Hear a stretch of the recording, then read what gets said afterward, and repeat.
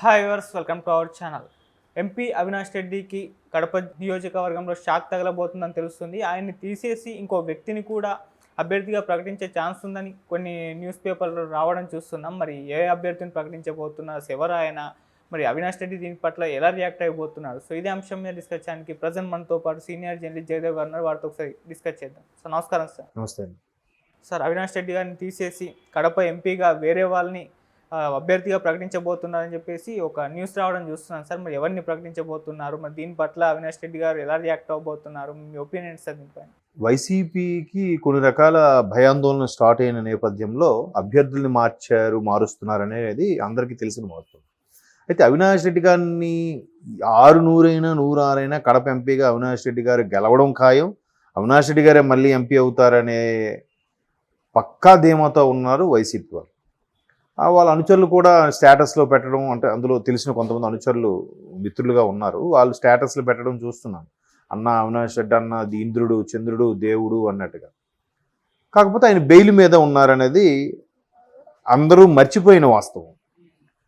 అంటే ఆయనకి అరెస్ట్ చేస్తారనుకున్న టైంలో వాళ్ళ మదర్కి కూడా బాగాలేదని హాస్పిటల్ చుట్టూ కార్యకర్తలందరినీ మోహరింపు చేశారు, అరెస్ట్ను అడ్డుకునే ప్రయత్నం చేశారు, ఇలాంటి వార్తలన్నీ వింటున్నాము. అయితే అవినాష్ రెడ్డి గారి మీద ఈ విధంగా బ్యాడ్ ఉంది. మరోవైపు షర్మిల గారు, సునీత రెడ్డి గారు ఇద్దరూ కూడా ధీటుగానే దియబడుతున్నారు. చంపించింది అవినాష్ రెడ్డే అన్నట్టుగా కూడా మాట్లాడుతున్నారు. అలా మాట్లాడకపోయినా ఒకవేళ వాళ్ళ వల్ల ఇదైపోయారు, వాళ్ళు నిజం చెప్పట్లేదు, లేదా ముఖ్యమంత్రి జగన్మోహన్ రెడ్డి గారు వాళ్ళని కాపాడుతూ వస్తున్నారు. ఈ అవినాష్ రెడ్డి గారు కూడా జగన్మోహన్ రెడ్డి గారి శ్రీమతి భారతి గారి యొక్క రిలేటివ్స్ వల్ల ఆవిడ ప్రోద్బలంతోనే కాపాడుతూ వస్తున్నారని కూడా రకరకాల వార్తలు. ఇందులో వాస్తవం ఎంత ఉందో అవాస్తవం ఎంత ఉందో మనకు తెలియదు. కానీ ఇటువంటి నేపథ్యంలో ఆయనకి తొలగించి వేరే వాళ్ళకి ఇవ్వడం అనేది ఇస్తే బెటరు. ఇన్ కేసు ఆయన బెయిల్ రద్దయ్యి కోర్టు సిబిఐ వాదనలు వినిపిస్తూ ఈయన బయట ఉండడం వల్ల ఇంకా ప్రభావితం చేస్తాడు సాక్షుల్ని అంటున్న నేపథ్యంలో ఆయనకి తప్పించి వేరే వాళ్ళకి ఇస్తే అప్పుడు వైసీపీ మొత్తానికి సేఫ్ జోన్లో ఉన్నట్టు కదా. లేదంటే వైసీపీ ఏమవుతుందంటే అవినాష్ రెడ్డి గారి పొరపాటు బెయిల్ రద్దే అరెస్ట్ అయ్యారనుకోండి, మొత్తం పార్టీ మీద ఇంపాక్ట్ పడుతుంది. ఇప్పుడు అక్కడ అభ్యర్థిగా ఎవరిని పోటీలు నిలబెట్టబోతున్నారు, ఏంటి పరిస్థితి? ఈలోగా బీఫామ్స్ కూడా ఆ గడువు దాటేసింది అనుకోండి, అప్పుడు పరిస్థితి ఏంటి? ఇట్లాంటి నేపథ్యంలో ముందుగానే తొలగించి ప్రభుత్వం వచ్చాక చూసుకుందాంలే, ఇప్పుడు ఇంకెవరిని పెడదాంలే అనే ఆలోచనలో ఉన్నట్టున్నారు. ఎందుకంటే వైసీపీ గత కొద్ది నెలలుగా చేస్తున్న పని ఏంటంటే ఈ షఫుల్ చేస్తుంది. అక్కడ వాళ్ళని ఇక్కడ, ఇక్కడ వాళ్ళని అక్కడ. ఇప్పుడు మొన్న గుంటూరు కృష్ణాది పెడన జోగి రమేష్ గారు ఉన్నారు, ఆయన్ని మార్చే ఆలోచనలో ఉన్నారు.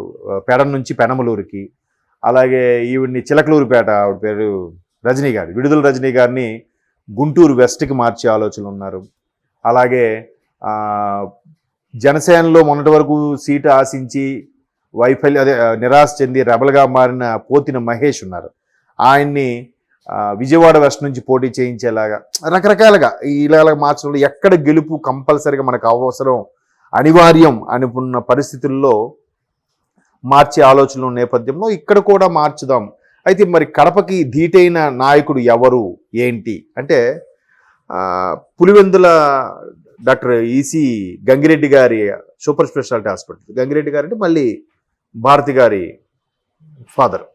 సో అతని పేరు మీద అతనికి సమ్ ₹5 డాక్టర్ ఏదో పేరుంది. అంటే అంత మంచి డాక్టర్, హస్తవాసన డాక్టర్ ఆయన. దాని మీద కూడా సినిమా కూడా ఏదో వచ్చింది, విజయ్ సినిమా. ఆయన ₹5కే ట్రీట్మెంట్ చేస్తుంటాడు. అలాగా ఆయన ₹5 తీసుకొని ట్రీట్మెంట్ చేసి చూసేవాడట. సో ఆయన అంత నిరాడంబరగా కూడా జీవించాడు ఆయన బతుకున్నంత వరకు కూడా. అంటే ఒక రాజశేఖర రెడ్డి గారికి వియ్యంకుడుగా ఉండి కూడా సాధారణంగా ఆర్టీసీ బస్సులో ప్రయాణం చేసేవాడు అంటే కడపకి హైదరాబాద్కి. ఆయనకు ఒక మంది మార్బులం టీము కారు అవే ఉండేవి కాదంట. అంత మంచి వ్యక్తి గంగిరెడ్డి గారు. సో ఆయన పేరు మీద సూపర్ స్పెషాలిటీ హాస్పిటల్ పెట్టడం, దానికి ఆర్థోపెడిక్ స్పెషల్గా ఉన్న వైఎస్ అభిషేక్ రెడ్డి అని ఒక ఆయన ఉన్నారు.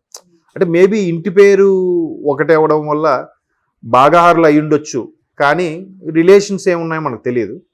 సో వాళ్ళ ఫాదర్ కూడా మదన్ మోహన్ రెడ్డి గారని ఆయన ఒక సూపర్ స్పెషల్ ఆర్థోపెడిస్ట్.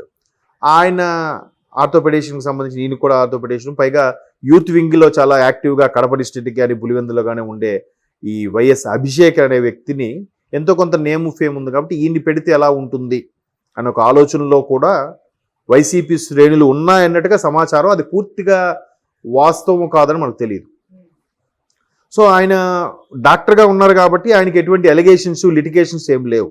ఎందుకంటే ఆయన వృత్తి డాక్టర్ దేవుడితో సమానం అంటారు కాబట్టి ఆయన పైగా గంగిరెడ్డి గారి హాస్పిటల్లో వర్క్ చేయడం వల్ల ఒక మంచి నేమ్ ఉంది. ఆ మంచి డాక్టరు ఆయన చాలా చక్కగా చూస్తారు చేస్తారు అన్నట్టు. సో అటువంటి వ్యక్తిని పెడితే అవినాష్ రెడ్డి గారి ప్లేస్లో ఈయన పెడితే బాగుంటుందన్న ఒక ఆలోచన కూడా ఉన్నట్టుగా సమాచారం. ఒకవేళ ఆయన్ని మార్చితే అవినాష్ రెడ్డి గారి యొక్క అనుచరులు మాత్రం ఒప్పుకునే పరిస్థితిలో లేరు. ఎందుకంటే చెప్పాను కదా, కొంతమంది మిత్రులు కూడా ఉన్నారు నాకు తెలిసిన వాళ్ళు అవినాష్ రెడ్డి గారితో ఉన్న ఫోటోలు అవి షేర్ చేయడము ఫేస్బుక్లోను స్టేటస్లో ఉంటారు. సో నేమ్ ఫేమ్ పరంగా వైఎస్ఆర్ పార్టీలో అంత ఇమేజ్ ఉన్న వ్యక్తి అవినాష్ రెడ్డి గారే. బట్ ఇప్పుడు ఆయన సత్య నేరారోపణలు ఎదుర్కొంటున్నారు కాబట్టి అది ఇంకా రుజువు అవ్వలేదు కాబట్టి ఒకవేళ సిబిఐ వేసిన ఛార్జ్ షీట్ వల్ల ఆయన బెయిల్ కానీ రద్దు అయితే ఆయన నెక్స్ట్ పరిస్థితి ఏంటి? ఎవరు అది మొత్తం పార్టీ మొత్తానికి బదనామయ్యే అవకాశం ఉంది కాబట్టి ముందుగానే మేల్కొని వైఎస్ అభిషేక్ గారికి కానీ డాక్టర్ అభిషేక్ గారికి కానీ ఇస్తే బాగుంటుందని సమాలోచనలు నడుస్తున్నాయని టాక్ ఉంది. మేబీ ఇంకా టైం ఉంది కదా, ఎలాగూ ఈ మంత్ ఎండింగ్ వరకు కూడా ఛాన్స్ ఉన్నట్టుంది కదా నామినేషన్ సంబంధించి. ఏది ఇంక 20 రోజుల్లో ఏదైనా జరగచ్చు. లేదు మల్లగుల ఈలోగా లేదు మనకి ఆయన ఖచ్చితంగా బెయిల్ రద్దయిపోయి అరెస్ట్ అయిపోతారా అనే అభిప్రాయం వచ్చిన నేపథ్యంలో మార్చవచ్చు. లేదంటే లేదు ఈయనకి ఇంక జరిగేది లేదు, మనం పలానాలతో చెప్పించాం, పలానాలతో మాట్లాడించాం, ఇవాళ రేపు అవే నడుస్తున్నాయి కదా సిబిఐ ఈడీ అవి కూడా. అలాంటి పక్కా సమాచారం ఉంటే కనుక అవినాష్ రెడ్డి గారిని మార్చే అవకాశమే లేదు. ఎందుకంటే అభిషేక్ గారితో పోలితే ఆయన కొద్దిగా సీనియరు, ఈయనకన్నా కొద్దిగా జనాదరణ ఉన్న వ్యక్తి వైఎస్ఆర్ పార్టీ పరంగా. సో ఇప్పుడు ఆయన్నే కొనసాగించవచ్చు. బట్ ఇన్ కేస్ లాస్ట్ మినిట్లో కానీ ఇలాంటివి జరిగితే మొత్తం పార్టీకే ఆపాదించబడుతుంది, అంతే కదా. ఇప్పుడు ఒక పోలీసు ఆయన లంచం తీసి దొరికిపోయాడు, లేదా ఒక ఉపాధ్యాయుడు మిస్బిహేవ్ చేశాడు విద్యార్థితో అన్నప్పుడు ఈ మధ్యకాలంలో టీచర్లందరూ అలాగే తయారయ్యారా, ఈ మధ్యకాలంలో పోలీసులు అలాగే అని అందరికీ ఆపాదించేస్తారు. జనరల్గా మానవ నైజం, అది తప్పది. సో అలాగే ఏంటంటే ఇక్కడ ఈ పార్టీలో అందరూ నేర చరిత్రలోలేనరా పెద్ద ఇదేముందిలే అనే ఫీలింగ్ వచ్చేసి ఎన్నికలు దగ్గర పడే కొద్దీ పోలింగ్ డేట్ దగ్గరికి వచ్చే కొద్దీ ఇలాంటివి ఏమైనా జరిగాయి అనుకోండి మొత్తం పార్టీకే ఎదురు దెబ్బ కాబట్టి. సో అదొక్క ఆలోచనలో మేమాసన పడుతుంది. ఒక్కసారి అది దాటేస్తే కనుక పోలింగ్ డేట్ వరకు దాటేస్తే కనుక ఈయన బెయిల్ రద్దు విషయం కానీ అరెస్ట్ విషయం కానీ ఇంక సేఫ్ జోన్. అది చెప్పలేం కదా ఎలా ఉంటుంది ఏంటి, సిబిఐ కోర్టులో వాదనలు వచ్చినప్పుడు ఎలా ఉంటాయో తెలియదు కాబట్టి ఒకవేళ అలా కానీ జరిగితే ఆప్షన్గా ఈయన పెట్టుకున్నారు, ప్లాన్ ఏ ప్లాన్ బిగా పెట్టుకున్నారు. చూద్దాం, ప్లాన్ ఏ కంటిన్యూ అవుతుంది, ప్లాన్ బికి వెళ్ళినా ఆశ్చర్యపోనక్కర్లేదు ఇటువంటివి జరిగే నేపథ్యంలో. Okay sir, thank you so much.